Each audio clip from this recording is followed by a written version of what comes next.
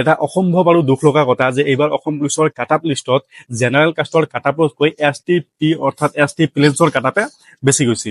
Second list অহাৰ chance আছে নে নাই, যিহেতু বহুতে আন্দোলন কৰিছে, লিখিত দৰখাস্ত দিছে আৰু বহুতে CM ছাৰক টুইট কৰিছে যে ছেকেণ্ড লিষ্ট লাগে। তো আজি ইয়াৰ ওপৰতে আলোচনা কৰিম যে ছেকেণ্ড লিষ্ট অহাৰ চান্স আছে নে নাই। হাই, মই মুস্তফা আলী আৰু আপোনালোকে চাইছে মুস্তফা আলী 09। আপোনালোকে যদি প্ৰথমবাৰ মোৰ ভিডিঅ' চাইছে তেতিয়াহ'লে মোৰ চেনেলটো ছাবস্ক্ৰাইব কৰি বেল আইকনটো দবাই ৰাখিব, কাৰণ মই এনেকুৱা নতুন নতুন ভিডিঅ' লৈ আহিয়ে থাকো।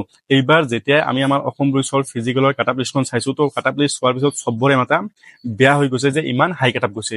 যিহেতু হাই কাটআপ যাব পাৰে, চবে কষ্ট বেছি কৰিছে, সেইটো ক্ষেত্ৰত হাই কাটআপ যাব পাৰে, একো ডাঙৰ কথা নহয়।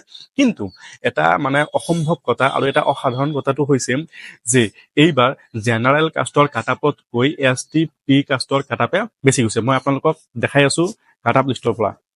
আপোনালোকে ইয়াত চাব পাৰে, ঠিক আছে, মই একদম দেখাই দি আছো। ইয়াত লিখা আছে যে cutoff for constable of police commissioner APR, তাৰপিছত এডভাৰটাইজমেণ্ট দিয়াই আছে, ঠিক আছে। এডভাৰটাইজমেণ্ট দিয়াৰ পৰত তাৰপাছত ইয়াত কাটআপখন দিয়া আছে। তো UR অৰ্থাৎ আনৰিজাৰ্ভ কেটাগৰী মেলৰ কাটআপটো কিমান গৈছে, 31.67, ঠিক আছে।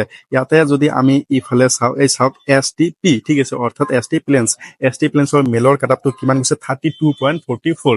এইটো কিন্তু অসম্ভৱ, কাৰণ এটা নিয়ম আছে যে যিমানজনে কাষ্ট চাৰ্টিফিকেট থকা মানে কেণ্ডিডেট আছে, সেইসকলে যদি ইহঁতৰ কাটআপতকৈ যদি হাই মাৰ্ক পায় তেতিয়াহ'লে কিন্তু ইহঁতে UR কেটাগৰীত সোমাই যায়। তো ঠিক আছে, তো UR যদি কেটাগৰীত সোমাই যায়, সদায় UR কেটাগৰীৰে কাটআপটো বেছি যাব। কিন্তু ইয়াত কিন্তু UR কেটাগৰীতকৈ আপোনাৰ STP অৰ্থাৎ ST প্লেনছৰ কাটআপটো বেছি গৈছে। তো ইয়াক লৈ আৰু মই একো কথা ক'ব নিবিচাৰো, বাকীখিনি আপোনালোকে বুজি পাইছে।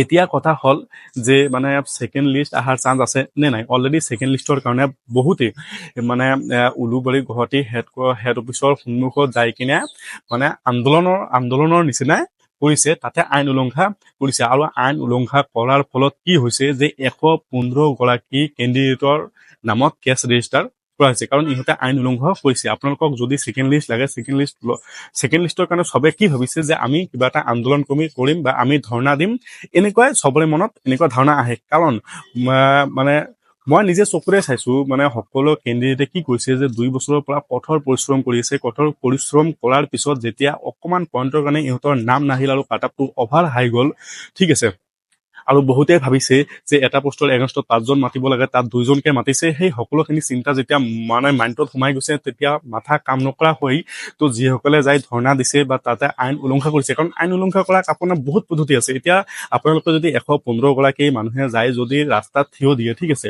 তো গুৱাহাটী চহৰৰ ভিতৰত যদি 115জন ৰাস্তাত থিয় দিয়ে, ডাইৰেক্ট ৰোড ব্লক হৈ যাব, ৰোড জাম হৈ যাব। তো সেইটোৱে আপোনাক আইন উলংঘাত পেলাই দি কিনে পেলাব পাৰে, ঠিক আছে। তো সেই ক্ষেত্ৰত কি হৈছে যে 115জনৰ নামত কেছ ৰেজিষ্টাৰ কৰাই হৈছে। আৰু আপোনালোকে ভিডিঅ'টো নিজে চাই লওক কি কৰি আছে। যুক্তি প্ৰক্ৰিয়া যাতে সম্পূৰ্ণ স্বচ্ছ আৰু নিকা হয়, সেয়া সুনিশ্চিত কৰিবৰ কাৰণে আমাক কিছুমান নিৰ্দেশ দিছে, আৰু সেই নিৰ্দেশ মতে আমি আগবাঢ়িছো, আমি তদন্ত কৰিছো আৰু আমি কেছ ৰেজিষ্টাৰ কৰি সেই ক্ষেত্ৰত আগবাঢ়িছো। কালি আমি 115জন এনেকুৱা কেণ্ডিডেটক যি বা তাত উলুবাৰীত অসম আৰক্ষী মুখ্য কাৰ্যালয়ত সেই আনলফুল এছেম্বলি কৰি তাত আন্দোলন কৰিবলৈ আহিছিল। তাৰ পাছত কেছ ৰেজিষ্টাৰ কৰা হয়। কেছ ৰেজিষ্টাৰ কৰাৰ পাছত যি তদন্ত এতিয়ালৈকে আগবাঢ়িছে, আমি 36জনক আমি এই তদন্তৰ আওতাত এতিয়া আমি ৰাখিছো। সেই 36জনৰ ক্ষেত্ৰত আৰু অধিক তদন্ত কৰা হ'ব, আৰু সেই 36জন কেণ্ডিডেটৰ ক্ষেত্ৰত আমি আইনী ব্যৱস্থা ল'বৰ কাৰণে আমি আগবাঢ়িছো। আৰু গোটেই তেখেতৰ অনাৰেবল CM ছাৰৰ তেওঁৰ এপ্ৰিহেনশ্যন হ'ল, তেওঁৰ কনচাৰ্ণ হ'ল এইটো তেখেতৰ যে ইয়াত এনেকুৱা কোনোবা কেণ্ডিডেট আহিছে নেকি যে ৰিজাল্ট কি হৈছে এতিয়ালৈকে সেই কথা আগতীয়াকৈ গম পাইছে। যদি তেনেকৈ আগতীয়াকৈ গম পাই কোনোবা ইয়ালৈ আহে, সেইটো অতি গুৰুতৰ কথা। আৰু ইয়াত যিটো স্বচ্ছ আৰু নিকা প্ৰযুক্তিৰ যি প্ৰচেষ্টা ইনিচিয়েটিভ চৰকাৰে লৈছে, মাননীয় মুখ্যমন্ত্ৰী মহোদয়ে লৈছে, সেয়া চেবটেজ কৰা হ'ব। সেইকাৰণে তেখেতে আমাক নিৰ্দেশ দিছে এই ক্ষেত্ৰত বিহিত ব্যৱস্থা ল'বৰ কাৰণে, যাৱতীয় তদন্ত কৰিবৰ কাৰণে। সেই নিৰ্দেশ মতে আমি এই তদন্ত আগবঢ়াই আমি নিছো। তো আপোনালোকে নিশ্চয় বুজি পাইছে যে CMৰ অৰ্ডাৰ অনুসৰি ইহঁতে মানে 115জনৰ ওপৰত মানে আইনী ব্যৱস্থা যিটো ল'ব লাগে সেইটো আইনী ব্যৱস্থা ল'ব।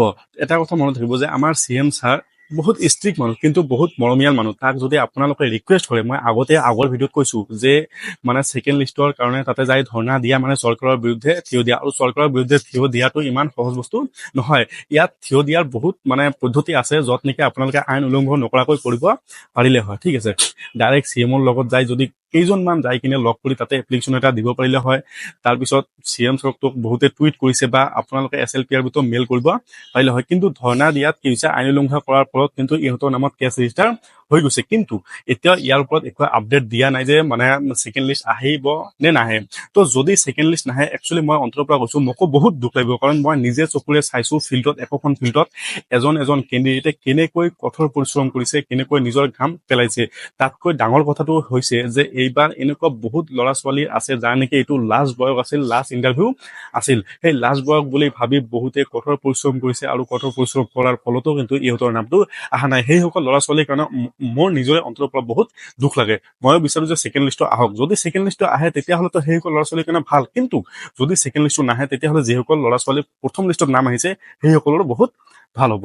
কিন্তু যত সম্ভৱ ছেকেণ্ড লিষ্ট অহাৰ চান্স ইয়াত 99% নাই, কাৰণ ইতিমধ্যে এক্সাম সন্মুখত আহি গৈছে। এক্সামৰ কাৰণে আমাৰ হাতত সময় আছে 7 পৰা 6 দিন, কাৰণ 23 তাৰিখেতো এক্সাম হৈয়ে যাব। তো সেই হিচাপত যদি আমি চাব যাওঁ তেতিয়াহ'লে কিন্তু মানে যিমানখিনি মই বুজিব পাৰো ছেকেণ্ড লিষ্ট অহাৰ চান্স মানে ধৰি লওক নাইৰ তুলনাত। তো যিমান ধৰণৰ নাম আহিছে, তো মই চবকে মোৰ তৰফৰ পৰা বেষ্ট অফ লাক। আপোনালোকে ভালকে পঢ়ক, এক্সাম দিয়ক, আপোনালোকৰ চাকৰি হোৱাৰ সম্ভাৱনা বহুত পৰিমাণে বেছি আছে।